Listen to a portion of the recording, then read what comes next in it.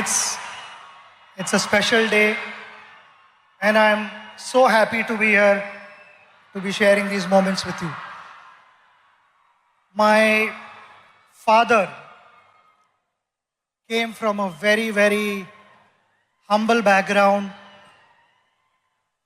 had a challenging life because the pockets were not deep.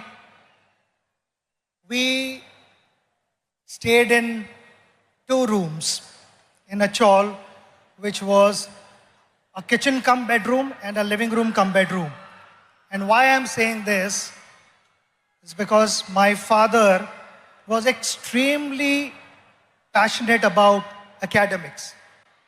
He became a professor, he also was a poet, and he continued to chase his dream. He did not have the best of facilities, but he made the best of what he had. So in those 2 rooms, he found a corner and stood first in BA and MA and won a gold medal. When I was growing up and I watched him, he was extremely gentle, extremely patient with me. So whatever mistakes I made as a child, I was convinced, he explained to me and I got convinced. It was never that he tried to correct me forcibly. And that created a huge positive impact on me. I learned so many things from him. He was extremely patient. And why I say this? Because when I had started playing for India, I bought my own car. I used to love to listen to good music. And most of the times it used to be loud music in the car while I was driving. And my father would be seated next to me, reading his book. Never once did he tell me, reduce the volume, I want to read the book. He was focused and the outside noise did not matter to him. And that's something that I learned from him. Being a good person, it's a practice that every morning you wake up and you remind yourself that you are going to behave in a particular way, which is, I feel, kind of conveys how your parents have brought you up. And that is something which I will always carry for the rest of my life, because that's the impression my father left with me. Awesome, sir. Sachin sir, in both academics and sports, students today face immense pressure to perform. From your experience, how do you deal with this pressure? Pressure is on everyone at every level. You meet any individual in this room, we will have pressure. There are 2 types of pressures. One is external and one is internal pressure. External pressure is all about what the world is saying about you. I think in today's world, when social media is so active, people want to know what is being said about myself. Generally, every individual is bothered about that. When I went out to bat, you have to learn how to use that to your advantage. When I went out to bat,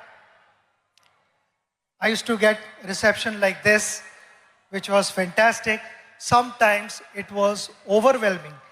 Sometimes I felt I was not in the frame of mind to start my innings. I just needed that break. I needed the crowd to settle down a bit. So those were the occasions where I would remove my shoelace or remove the strap of my leg guard, or someone would be moving on top of the side screen. I would settle the crowd down, make sure that those 22 yards belong to me, and then started my innings. It is like a ship sailing through water to get to its destination. But the moment there are holes in the ship and the water starts seeping in, the ship starts sinking.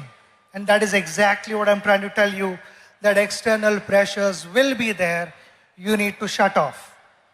You need to stay focused on what you want to achieve in life. We come to internal pressure. Internal pressure is actively led by your conscious mind. When your conscious mind is moving ahead of the moment, it starts putting multiple scenarios in your head which are imaginary. Failure, consequences, disappointments, and all these things, they kind of freeze you. They increase the pressure. The idea is to stay in that moment.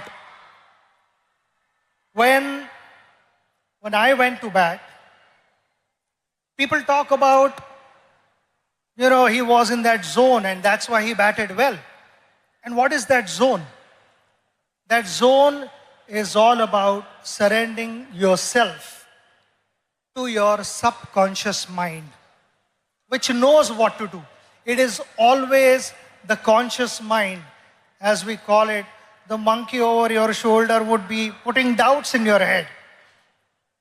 And while batting, also sometimes that would happen. Before the ball was delivered, the conscious mind would put doubts in your head. Could that be a bouncer? Could that be a yorker? Could that be an outswinger where the delivery was not released at all?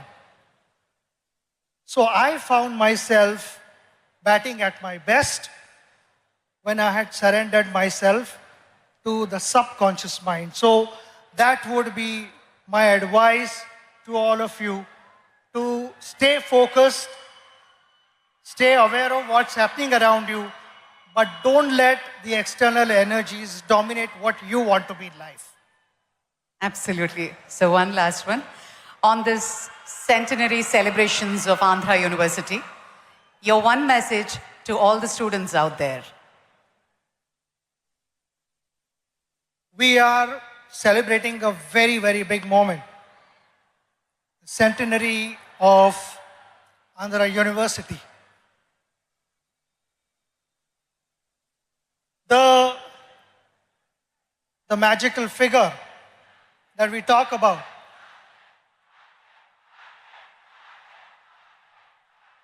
happened with the contribution of many. The teachers who taught for decades. And there are many illustrious people